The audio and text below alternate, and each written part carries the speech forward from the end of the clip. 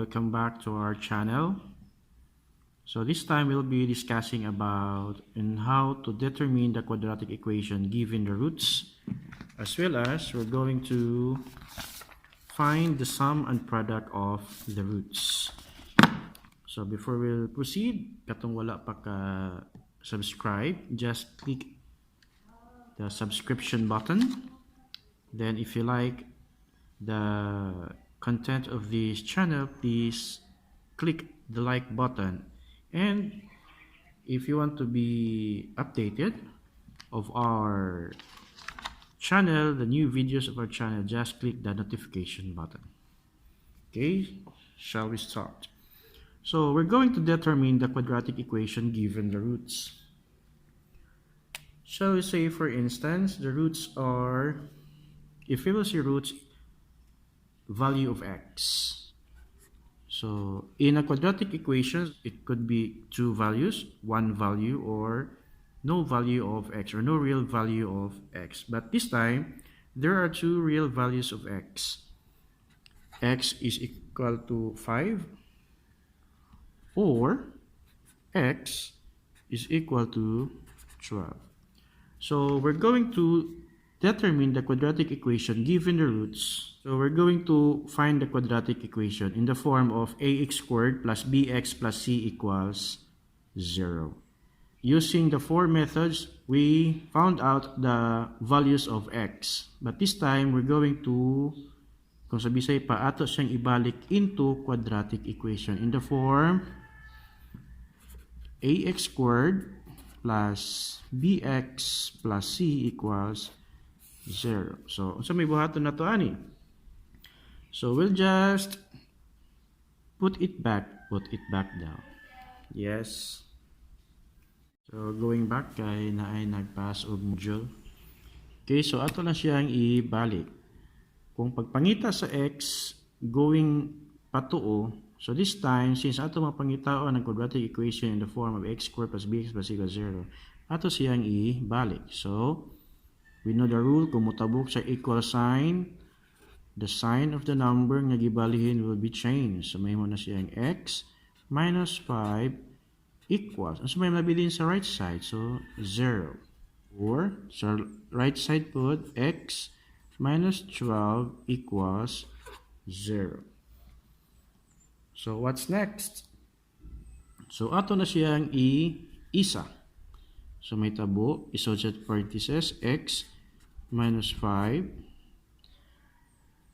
then x minus 12 equals 0. So, it is just the reverse of what we did in finding the roots. So, this time we'll be using the FOIL method. So, if you see FOIL, first terms, x times x, x squared. Outer terms, x times 12. Sign of 12 is negative, so minus 12x.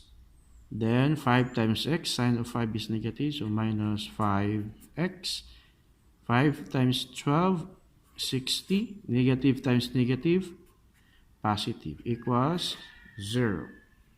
So, combining like terms, kanilang silang duha ang like terms. So, x squared, since pareha man sila negative sign, just copy the common sign and add the numbers. 17x plus 60 equals 0. So, the quadratic equation of the given roots is this one. X squared minus 17x plus 60 equals 0. So this time we're going to find the sum and product of the roots given the quadratic equation. So we say for instance 2x squared plus 8x minus 10 equals 0. So even dili nato pangitaon ang iyahang roots, we can still find the sum and product of the roots by the given expression, if we're going to find the sum and product, so it has different expression to use in finding the sum and product. So in finding the sum, we'll just use negative b over a.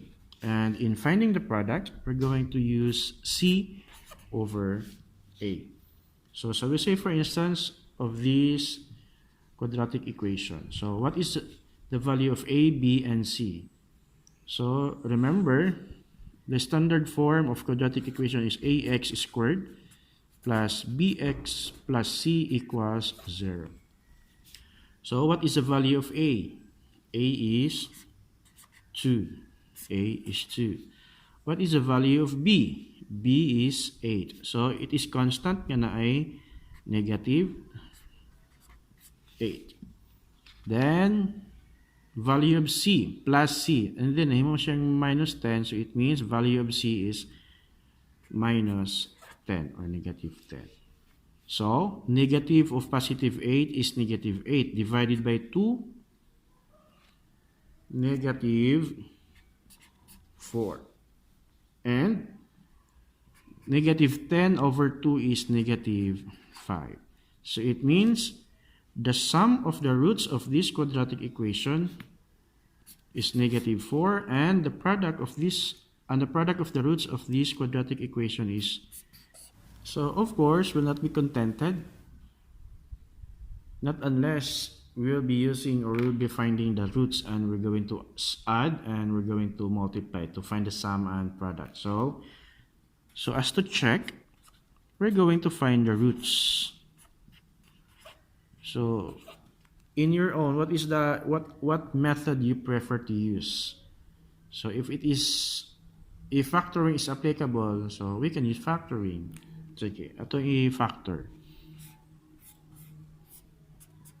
So what are the factors of 2x squared? So 2x and x.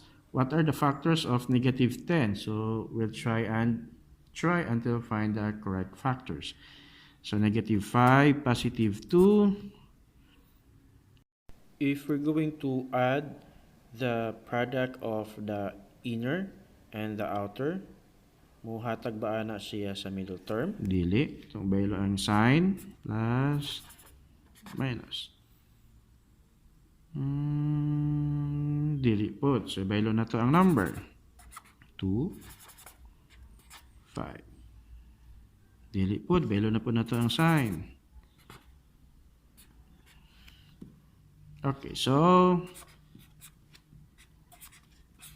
the correct factors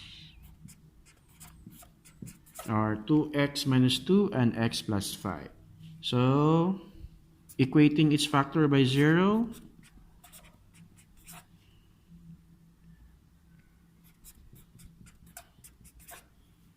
so transpose, pagbalihin mahimo ng positive. So x equals 1. Diri x equals negative 5. Sige, ato daw kuhaon ang sum. So 1 plus negative 5. Ila man? 1 plus negative 5. So negative 4. And the product, 1 times negative 5, negative 5.